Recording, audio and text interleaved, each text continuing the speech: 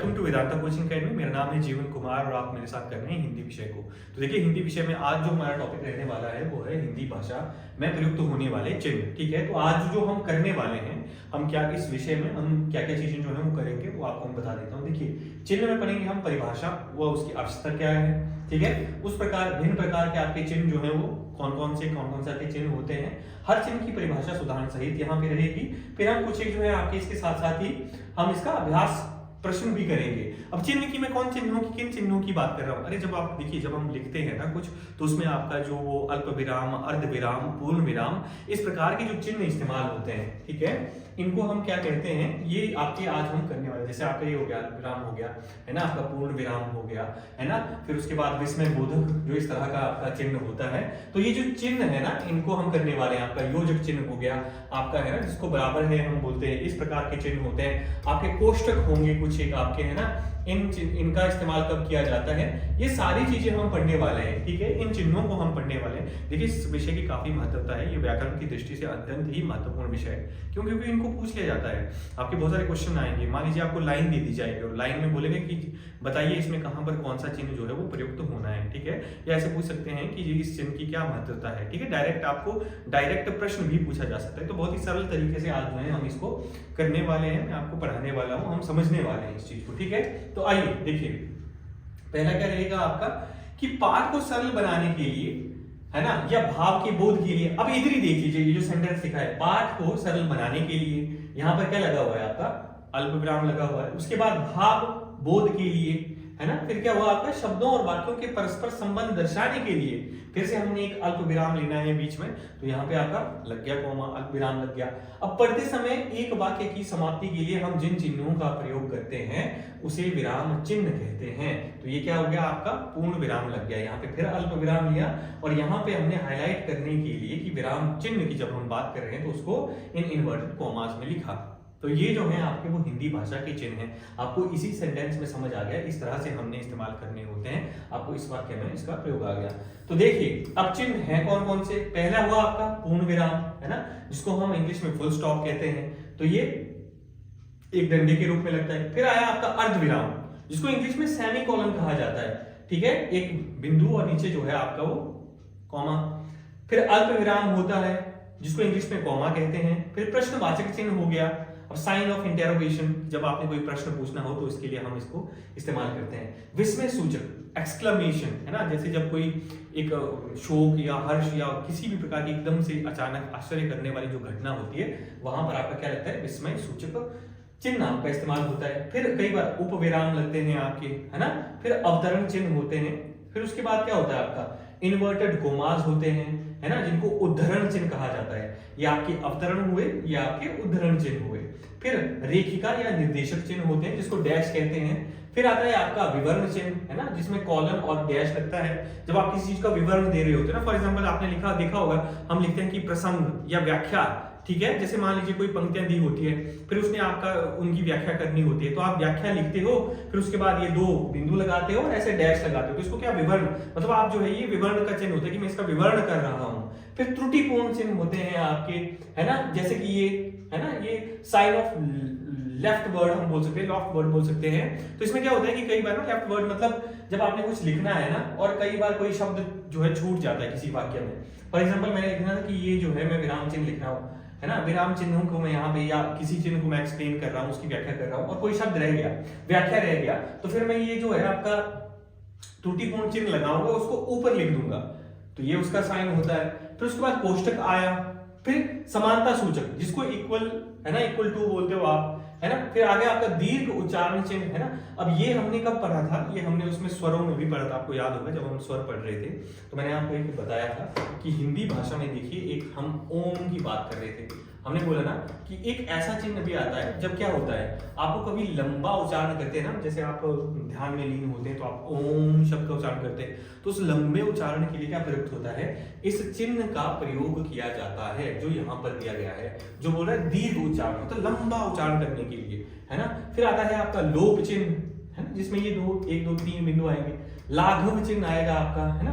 फिर आएगा पुनरुक्ति सूचक चिन्ह, जहां पे पुनरुक्ति हो रही है बार बार, हम ऐसे बोल देते हैं ना। और समाप्ति, जब कोई किताब लिख रहे हो या कोई बात आप कह रहे थे और वो समाप्त होगी, अंत जब किसी किताब का या किसी बात का, बहुत बड़े पैराग्राफ का, तो यहाँ पर ये समाप्ति सूचक आता है। तो ये रहे आपके सारे ही हिंदी भाषा के चिन्ह, जिनको हम सउदाहरण, जिनको हम बोलेंगे, इनकी व्याख्या देखेंगे। तो आइए आगे बढ़ते हैं।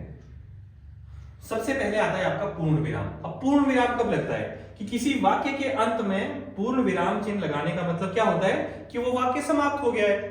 जब कोई आपने वाक्य लिखा और जब वो कंप्लीट हो गया, समाप्त हो गया, तो आप क्या लगाते हो? पूर्ण विराम। ठीक है, विस्मयकारी वाक्य और प्रश्न वाक्य को छोड़कर सभी जगह पूर्ण विराम। अब यहाँ भी एक बात याद रखनी है आपने। मान लीजिए जिस तरह से आपका पेपर का नेचर है, तो आपको पूछ लिया गया कि जी हर जगह जो है जब भी कोई वाक्य खत्म होता है तो वहां पे पूर्ण विराम ही लगता है। अधिकतर केसेस में, ज्यादातर केसेस में क्या होता है आपका कि पूर्ण विराम ही लगता है। किंतु जब आप कोई प्रश्न पूछ रहे हो, तो जब आपका वाक्य खत्म होता है तो क्या लगता है वहां पे ये प्रश्न चिन्ह लगता है ना, ये लगता है ना, ये वाला चिन्ह लगता है। या जब कोई विस्मयकारी वाक्य है, अरे ये क्या हो गया, तब वहां पे क्या होगा आपका? ये वाला चिन्ह आएगा, विस्मयकारी आएगा। बाकी सभी रूप में क्या होगा आपका? पूर्ण विराम ही लगता है। ठीक है, जैसे मैं घर जाता हूं, मैंने पढ़ाई कर ली है, आपको नीचे उदाहरण दिए हुए हैं। इसके बाद आता है आपका अर्धविराम। अब पूर्ण विराम के बाद क्या आएगा? अर्धविराम। अर्धविराम जब किसी वाक्य को कहते हुए बीच में हल्का सा विराम लेना हो, तब हम क्या करते हैं? पर वाक्य को खत्म भी नहीं करना है, हल्का विराम तो लेना है लेकिन वाक्य को खत्म नहीं करना है, तो वहां पे क्या होता है आपका? अर्धविराम। ये एक बिंदु और नीचे ये अल्प विराम, इसको क्या बोलते हैं हम? ये अर्धविराम का प्रयोग किया जाता है। यहां अल्प विराम से ज्यादा और पूर्ण विराम से कम रुकना हो। जब अल्प विराम कब लिया जाता है कि जब आपने बीच में एक हल्का सा, बिल्कुल ही हल्का सा संक्षेप सा जो है वो क्या लेना है, थोड़ा सा आराम करना है ना, पॉज लेना है आपने, तब हम अल्प विराम इस्तेमाल करते हैं। लेकिन जब फिर कंप्लीट हो गया, कोई वाक्य समाप्त हो गया, तो आप पूर्ण विराम लगा देते हो। लेकिन जब इस अल्प विराम से ज्यादा और पूर्ण विराम से कम समय आपने लेना है, तब आप क्या लगाओगे? हम यहाँ पर अर्ध विराम का इस्तेमाल करते हैं। अब जैसे देखिए, हम उदाहरण है कि आकाश में काले बादल छाए, एक बात आपकी कंप्लीट होगी ना। ऐसे भी होता है कि आपका पूरा कंप्लीट हो जाता है सेंटेंस, वाक्य, ठीक है। बादल गरजने लगे, है ना, दूसरी बात भी कंप्लीट हो गई। अगर आप इसको ज्यों करते हुए लिख दोगे तब भी अपने आप में कंप्लीट ही रहेगा। बादल गरजने लगे, तेज बारिश होने लगी और लोग भीगने लगे, यहां पे फिर आपकी बात खत्म हो गई। ठीक है, मैंने जिस पर सबसे ज्यादा भरोसा किया उसी ने मुझे धोखा दिया। फिर आगे देखिए कि मीता पढ़ने में बहुत अच्छी है, एक बात आपकी कंप्लीट हो गई, लेकिन वह किसी की बात नहीं सुनती है, यहां पर आपका पूर्ण विराम लग गया। अब आता है आपका अल्प विराम। अब अल्प विराम कब हम इस्तेमाल करते हैं, जिसको हम कॉमा भी बोलते हैं, जब किसी वाक्य को पूर्ण करने में विराम से कम समय लेने के लिए रुकना होता है। ठीक है, क्या होता है कि जब हमने कोई आपने सेंटेंस लिख लिया, ठीक है, अब पूर्ण विराम से आपने कम समय लेना है, तो उसमें क्या हम लगाएंगे? उसमें अल्प विराम लगाएंगे। ठीक है, इसका प्रयोग एक से ज्यादा संज्ञाओं के बीच भी किया जाता है और वाक्य को पूरा करने से पहले दो संज्ञाओं के बीच और का प्रयोग किया जाता है। जैसे सोहन, रजत, कमल और समीर सभी दोस्त घूमने के लिए गए, तो क्या होता है? एक तो आपने क्या याद रखना है, देखो अल्प विराम की जब भी बात आएगी तो आपने एक चीज तो याद रखनी है कि जब आपने एक कोई वाक्य कह रहे हो और उसमें से हल्का सा आपने विराम लेना है, हल्का सा आपने विराम लेना है, तब आप अल्प विराम का प्रयोग करते हैं पूर्ण विराम से पूर्ण। पर दूसरी बात आपने ये भी याद रखनी है कि जब 2, 3, 4 संज्ञाओं का इस्तेमाल किया जाता है या संख्याओं का इस्तेमाल किया जाता है, संज्ञा, अब संज्ञा है ना ये, ठीक है, रोहन, रजत, कमल, ठीक है, ये संज्ञा है ना आपकी, तो क्या है ये? संज्ञा है। अब इन संज्ञाओं को जब आप लिख रहे हो, मतलब व्यक्तियों के नाम लिख रहे हो, तो बीच में आप क्या लगा रहे हो? अल्प विराम लगा रहे हो, अल्प विराम लगा रहे हो। जैसे रामू जरा मेरे पास तो आना, जब भी आपको हाँ या ना इस प्रकार से आपका कोई वाक्य शुरू होता है ना, तो वहां पर भी आपने क्या लगाना है? अल्प विराम लगाना होता है। ठीक है, सिंपल सी इसकी ट्रिक है। उसके बाद अंकों को लिखते समय भी इसका प्रयोग किया जाता है। जैसे 1, 2, 3, 4 लिखोगे ना आप किसी वाक्य में, 1, 2, 3 और 4, तो वहां पे क्या होता है? वहां पर भी क्या होगा आपका? ये अल्प विराम का इस्तेमाल किया जाएगा। फिर आगे आता है महीने और तारीख को लिखने के लिए भी ये प्रयोग में आता है। जैसे 23 मई 2019 को वोटिंग का परिणाम आ जाएगा, तो महीने की तारीख हुई, वहां पर भी जब भी वाक्य में आपने इसके सिंपल ट्रिक है, क्या विराम कहां होगा? संज्ञाओं के बीच में प्रयोग किया जाएगा। ठीक है, फिर उसके बाद संख्या के बीच में प्रयोग किया जाएगा, जब आप अपने वाक्य में संख्या लिखनी है तब इसका प्रयोग किया जाएगा। या महीने की जब आपने तारीख लिखनी है, तो पर ऐसे लिखना है, ऐसे नहीं कि 23 के बाद लिख दिया, 23 मई 2019 को वोटिंग का परिणाम आ जाएगा, या 2025 को, 2026 को, इस तरह की हम बात करेंगे। तो वहां पर क्या होगा, हमेशा आपको अल्प विराम लगाना है। फिर आया आपका प्रश्नवाचक। अब प्रश्नवाचक तो सबसे आसान है याद करना कि जब भी आप किसी वाक्य में प्रश्न को पूछते हो तो क्या होता है, वहां पर प्रश्नवाचक चिन्ह लगाते हैं। जैसे तुम्हारा नाम क्या है, तुम कहाँ जा रहे हो, तुम्हें मिठाई खाना पसंद है कि नहीं। फिर उसके बाद आया आपका विस्मय सूचक या आश्चर्य चिन्ह। अब पता है जब भी कोई आश्चर्य करने वाली बात आती है, चाहे वो दुख की हो, शोक की हो, कोई भी आपकी जब बात हो रही हो वाक्य में, तो वहां पे ये विस्मय सूचक आता है। जैसे आप आश्चर्य की बात करो, घृणा की बात करो, शोक की करो, हर्ष की करो, इस प्रकार के अगर आपको भाव दिखाई देते हैं वाक्य में, तो क्या होगा, आपका यहां पर विस्मय सूचक या आश्चर्य चिन्ह आएगा। जैसे ओह ये तो तुम्हारे साथ बुरा हुआ, है ना, तो यहां पे क्या लगा, यहाँ पे आपका विस्मय सूचक जो है वो चिन्ह प्रयोग हुआ। वाह, जब आप प्रशंसा कर रहे हो, बहुत मतलब है ना, क्या सुहाना मौसम है। फिर अरे तुम कब आए, आश्चर्य यहाँ पे दिख रहा है आपको। हे भगवान ये तुम्हारी कैसी लीला है, यहाँ पर भी आप आश्चर्य व्यक्त कर रहे हो। अच्छा ऐसा बोला तुम्हें उस पाखंडी ने, तो यहाँ पे भी क्या हुआ, विस्मय सूचक आ गया।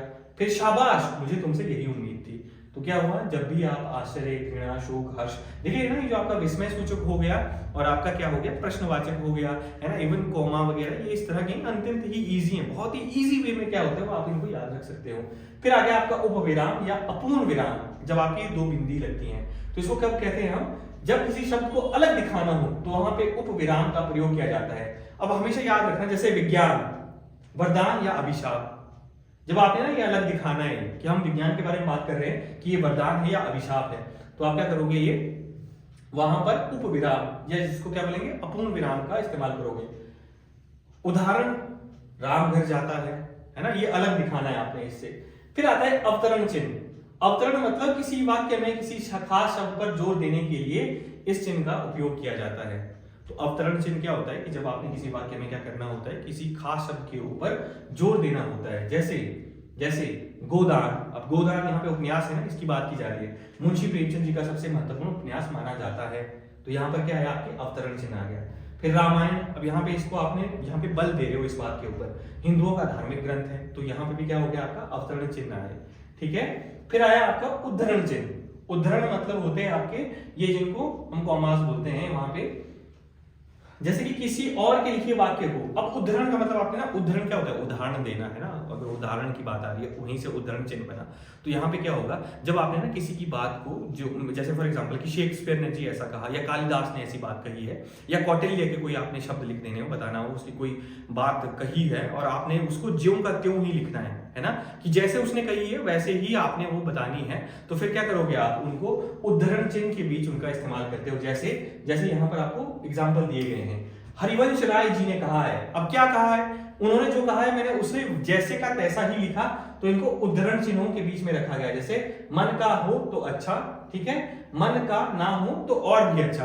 अब इनको किन उसके चिन्हों के अंतर्गत रखा मैंने, उद्धरण चिन्हों के अंतर्गत। फिर आया रेखिका या निर्देशिका या संयोजक चिन्ह। अब संयोजक भी बोलते हैं, रेखिका भी बोलते हैं, है ना, निर्देशक भी बोलते हैं, या इसको डैश भी बोलते हैं इंग्लिश में।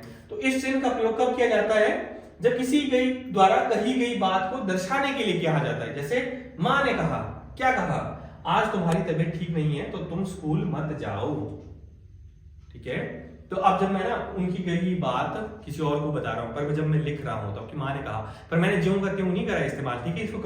इसको इसके साथ जो है आपने कंफ्यूज नहीं करना उदाहरण के स्तर पर। अब मैं किसी को बता रहा हूँ, मैं किसी के साथ बात कर रहा हूँ ना, जब मैं लिख रहा हूँ तो फिर मैं बोल रहा हूँ कि माँ ने ऐसे कहा था, और मैंने उसको अपने शब्दों में बयां करा कि जी आज तुम बीमार हो, तुम स्कूल मत जाना, है ना, कोई ऐसी नहीं है कि कोई बहुत बड़ी बात। फिर जैसे कि तुम मुझे खून दो मैं तुम्हें आजादी दूंगा, सुभाष चंद्र बोस ने कहा, ठीक है। फिर उसके बाद किसी शब्द की पुनरावृत्ति होने के बीच में भी संयोजक चिन्ह का प्रयोग होता है। जैसे कभी कभी, चलते चलते। पुनरावृत्ति क्या होती है कि जब एक शब्द दो बार दोहराया जाता है, मतलब बार बार जब आता है ना, तो उसको दिखाने के लिए भी हम क्या करते हैं, बीच में ये संयोजक चिन्ह का प्रयोग करते हैं। उसके बाद आया आपका विवरण चिन्ह, ठीक है। अब विवरण चिन्ह क्या होता है कि हमने किसी का विवरण देना है, जैसे मैंने आपको पहले भी बताया था ऊपर, जब हम बात करते हैं ना, व्याख्या आती है, जब आप प्रसंग फिर आप विवरण देते हो उस चीज का कि कोई पंक्तियां हैं और उसकी व्याख्या कर रहे हो, तो हम लगाते हैं ना। फॉर एग्जाम्पल जैसे आपको दिया होता था, आपने पढ़ा होगा हिंदी में, है ना, कविताएं होती है। मान लीजिए जैसे कि सरोज स्मृति, किसकी कविता है? सरोज स्मृति का एक पैर आपके पास एक पद आ गया छोटा सा, है ना, किसकी है? सूर्यकांत त्रिपाठी निराला जी की है। अब आपने लिखना है कि प्रसंग, है ना, जब आपने पंक्तियों को लिखते हैं तो प्रसंग में हम क्या कहते हैं? ऐसे लिखते हैं ना कि विवरण देने के बाद फिर कि मैं किस चीज का मैं विवरण दे रहा हूँ, है ना, लिखते हो ना आप ऐसे कि मैं इस चीज का विवरण दे रहा हूँ। तो ये दो चिन्ह आते हैं ना आपके, डैश लगता है और ये दो बिंदियां आती है, तो इसको क्या बोलते हैं हम? विवर्ण चिन्ह। ठीक है। अब जैसे कि निम्नलिखित नियमों का पालन करें। किन नियमों का पालन करें? मेरे उत्तर महत्वपूर्ण है, मेरे उत्तर के महत्वपूर्ण पहलू इस प्रकार हैं, है ना। यहाँ पे आप विवरण दे रहे हो तो फिर ये आ जाता है ना, प्रसंग की, जैसे मैंने आपको एग्जांपल दिया तो वहां पर ये चिन्ह इस्तेमाल होता है। नेक्स्ट आया आपका हंसपद या त्रुटिपूर्ण। अब मैंने वो बात बताई थी ना आपको कि जब कोई शब्द आपका छूट जाता है, कि आप कोई वाक्य लिख रहे हो और बीच में एक शब्द छूट गया, तो उसको जब दोबारा से लिखा जाता है तो वहां पर ये चिन्ह प्रयोग किया जाता है। ठीक है, उसमें ये चिन्ह आपका प्रयोग में लाया जाता है। ठीक है, जैसे यहाँ पे देखिए कि रोहन कल दिल्ली जाएगा। अब मैंने बताया था कि वो कल सुबह दिल्ली जाएगा, तो फिर बीच में मैं क्या करूंगा? आपका ये त्रुटिपूर्ण शब्द लगा करके मैं सुबह जो है वो ऊपर लिख सकता हूँ। ठीक है, तो इसको त्रुटिपूर्ण चिन्ह कहते हैं। ठीक है, क्या कहते हैं? त्रुटिपूर्ण। अब जैसे नीचे देखिए, मेरा नाम अब है, अब मेरे को मोहन बताना था या मेरा नाम जो भी है, आपने अपना नाम लिखना है, बीच में छूट गया तो आप फिर ऐसा साइन लगा करके ऊपर लिख दोगे, तो इसको क्या बोलते हैं? त्रुटिपूर्ण, जो कि आपकी त्रुटि रही है उसकी पूर्ति करता है। फिर आया आपका कोष्ठक। अब कोष्ठक क्या काम करते हैं कि कोष्ठक का प्रयोग किसी शब्द की अधिक जानकारी बताने के लिए किया जाता है। जैसे इसका उपयोग वाक्यों के बीच में भी किया जाता है। कोष्ठक भी कितने प्रकार के होंगे? 3 प्रकार के। कौन कौन से? लघु कोष्ठक, मध्य कोष्ठक और दीर्घ कोष्ठक। ठीक है, जैसे कि अगर हम हिंदी साहित्य की बात करते हैं ना, कोष्ठक का इस्तेमाल किया जाता है। बाकी तो आपने देखा होगा गणित में ही इसका इस्तेमाल होता है ना, तो कितने होते हैं? 3 होते हैं, लघु, मध्य और दीर्घ कोष्ठक। ठीक है, कि दशहरे के अवसर पर दशानन के पुतले का दहन किया जाता है। अब आपने दशानन को एक्सप्लेन करना है तो उसमें क्या आएगा? रावण को लिखना है ना, मैंने लघु एक आध नाम ही आता है इसमें, तो हम ब्रैकेट में लिखते हैं वो, है ना, कोष्ठक में लिखते हैं। फिर डॉक्टर राजेंद्र प्रसाद, ठीक है, का जन्म 3 दिसंबर 1884 को हुआ। अब मैंने ये भी दिखाना है कि वो भारत के पहले राष्ट्रपति भी थे, है ना, लघु कोष्ठक, तो यहाँ पे ये कोष्ठक में मैंने लिख दिया। ठीक है, फिर आया आपका तुल्यता सूचक और समानता सूचक भी जिसको बोलते हैं। समानता सूचक मतलब इक्वल टू जो होता है आपका, बराबर है जिसको हम बोलते हैं। तो किसी शब्द या गणित के अंकों की समानता को दर्शाने के लिए इसका समानता सूचक का प्रयोग किया जाता है। तो उसका भी हम शब्द की भी बात कर देते हैं, ज्यादातर इसका इस्तेमाल गणित के शब्दों में, है ना, उनको अंकों की समानता को दर्शाने के लिए किया जाता है। जैसे अब अशिक्षित क्या होता है? इज इक्वल टू अनपढ़, 4 और 4 8, है ना, इस प्रकार के इस्तेमाल किया जाता है। फिर दीर्घ उच्चारण चिन्ह, अब हमने उस समय ये स्वर में भी करा था, मैं अभी पहले भी स्टार्टिंग में भी मैं आपको बता चुका हूं कि जो प्लुप्त स्वर है वो क्या होता है, इसको प्लुप्त स्वर भी कहते हैं। आपने ये बात याद रखनी है। देखिए मैंने पहले बताया था कि हिंदी भाषा की खास विशेषता ये है कि आप जिस तरह से इसको बोलोगे ना वैसे ही आप इसको लिख भी सकते हो। ठीक है, अब जैसे ओम का लंबा उच्चारण आपने करना है तो क्या होगा, वो बीच में ये जो है ना आपका उम की जो ध्वनि है वो ना, इससे हम इसको क्या दर्शाते हैं। ठीक है, तो जब भी किसी वाक्य उच्चारण अन्य शब्दों की अपेक्षा अधिक समय लगता है तो वहां पे इस चिन्ह का प्रयोग होता है, जैसे यहाँ पे मैंने आपको ओम बताया। ठीक है, फिर आया आपका लोप चिन्ह। अब लोप चिन्ह क्या होते हैं कि जब किसी वाक्य में कुछ अंश छोड़कर लिखना हो तो उसे लोप चिन्ह कहते हैं। जैसे मैं टिकट ला देता हूं, ला तो मैं देता हूं पर मैं साथ नहीं चलूंगा। ठीक है, मैंने खाना बना दिया है लेकिन अभी खाऊंगी नहीं। फिर आया आपका लाघव चिन्ह। लाघव चिन्ह क्या होते हैं? किसी शब्द का संक्षिप्त रूप लिखने के लिए लाघव चिन्ह का प्रयोग होता है। अब सबको पता है ना, फॉर एग्जांपल डॉक्टर, है ना, प्रोफेसर, है ना, उत्तर प्रदेश, हम कब इस्तेमाल करते हैं? जब किसी हमने उसका शॉर्ट वर्जन, जिसको इंग्लिश में एब्रिविएशंस कहते हैं, जब शॉर्ट वर्जन लिखना होता है, हमने जब संक्षिप्त करके लिखना होता है तब हम वहां पे लाघव चिन्ह का इस्तेमाल करते हैं। जैसे डॉक्टर को डॉक्टर इस प्रकार से, प्रोफेसर को प्रोफेसर इस प्रकार से, उत्तर प्रदेश को मतलब जैसे हिमाचल प्रदेश हो गया तो ही लिखते हैं ना हम, तो वहां पे लाघव चिन्हों का इस्तेमाल किया जाता है। फिर होता है आपका पुनरुक्ति सूचक, हमने ऊपर पढ़ी। पुनरुक्ति मतलब कि बार बार इसकी क्या होगी? पुनरुक्ति होगी। जैसे राम के पास 100 रुपए दिए हैं, श्याम के पास 100 रुपए दिए हैं, मोहन के पास 100 रुपए दिए, तो मैंने लिखने की वजह क्या है? मैं ये पुनरुक्ति चिन्ह लगा सकता हूं, है ना, बार बार मैंने 100 रुपए दिए हैं, 100 रुपए दिए हैं, 100 रुपए हैं, ये क्यों लिखूंगा? मैं इन चिन्हों का इस्तेमाल कर सकता हूं। ठीक है, उसके बाद आया आपका समाप्ति सूचक। अब समाप्ति सूचक चिन्ह का उपयोग किसी बड़े लंबे लेख, कहानी, अध्याय या पुस्तक के अंत में करते हैं। ये क्या सूचित करता है कि ये चीज समाप्त हो गई है ना, ये कहानी खत्म हो चुकी है, ठीक है, इसलिए इसका समाप्ति चिन्ह का इस्तेमाल किया जाता है। तो इस प्रकार के आपके जो 18 चिन्ह थे उनको हमने पढ़ा, उदाहरण सहित पढ़ा। आइए कुछ एक अब हम अभ्यास प्रश्न जो है वो कर लेते हैं, ठीक है। जैसे यहाँ पे है आपका कि आकाश पाताल के बीच लगने वाला ये जो चिन्ह है ये कौन सा है? अल्प विराम है, विस्मय बोधक है, उदाहरण है या योजक चिन्ह है? योजक है, ये क्या है आपका? योजक चिन्ह है। उसके बाद आता है आपका विराम चिन्ह की दृष्टि से कौन सा वाक्य अशुद्ध है? अब विराम चिन्ह की हम बात करें, हाँ मेरा यही विचार है, वह ईमानदार, परिश्रमी, कर्मठ, तो इसमें क्या आएगा आपका? यहाँ पे बिल्कुल ठीक लगा हुआ है। उसके बाद धन, वैभव, नौकर चाकर आदि सभी कुछ था, है ना। आप घर पर आना चाहते हैं तो आइए, ठहरना चाहते हैं तो ठहरिए, ये भी बिल्कुल सही है। यहाँ पे बिल्कुल गलत। हमने क्या पढ़ा था? जब भी हाँ या ना आदि ये सब चीजें होती है तो उसके बाद भी आपका क्या लगता है? इस प्रकार का चिन्ह लगता है पूर्ण विराम का, तो यहाँ पे गलत है। अब आया आपका हंस पद किस विराम का एक और नाम है? हंस पद हमने क्या पढ़ा था? ऊपर त्रुटिपूर्ण, कौन सा होता है वो? त्रुटिपूर्ण, ये जो साइन लगता है आपका, ठीक है, ये साइन की बात कर रहे हैं। त्रुटिपूर्ण को क्या कहते हैं? हंस पद कहते हैं। अब क्वेश्चन आपने ध्यान से देखने, जो भी हमने ऊपर पढ़ा उसी के ये अभ्यास प्रश्न है, ठीक है।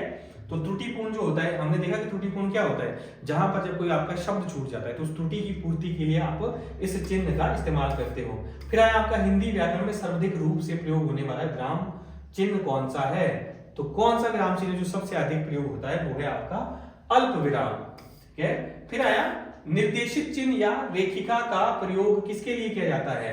वो किया जाता है संकेत के लिए, ठीक है। विवरण के लिए तो कौन से किए जाते हैं आपके? उद्धरण चिन्ह, ये जो हमने बताए थे, ये ठीक है।